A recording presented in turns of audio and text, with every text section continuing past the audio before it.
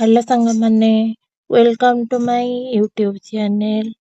आज आमे UGC NET JRF CPT SSB Odia exam पाई औपन्यासिक कान्हचरण महांती उपरे किछिटा एमसीक्यू बेस क्वेश्चन आलोचना करिबा।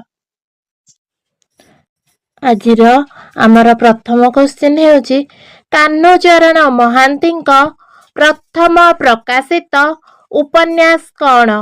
ऑप्शन ए बालीराजा, ऑप्शन बी निष्पत्ति, ऑप्शन सी पलातक, ऑप्शन डी तथास्तु। तो आमर सठिक उत्तर हेउची ऑप्शन सी पलातक। परवर्ती क्वेश्चन पलातक एक की धरणर उपन्यास?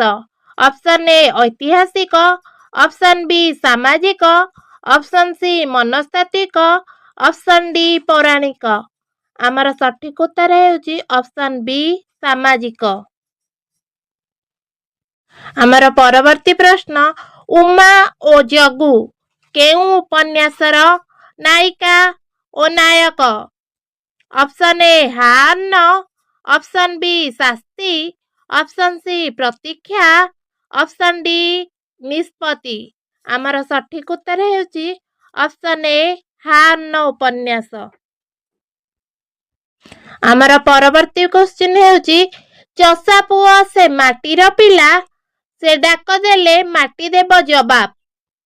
तार हाथ आउंसारे माटी उलुसी उठिब, हसी उठिब। एहा केउ उपन्यासरे वर्णित? Option A Vajrabahu, option B Shasti, option C Ka, option D ढेउ ढेउखा। आमर सठिक उत्तर हेउची ऑप्शन बी शास्ति उपन्यास। आमर परवर्ती प्रश्न धोबीर पिता नाम कौन? Option A Ban Parida, option B Madhoi Raut, option C Chintei Swain, option D Nitei Nayak.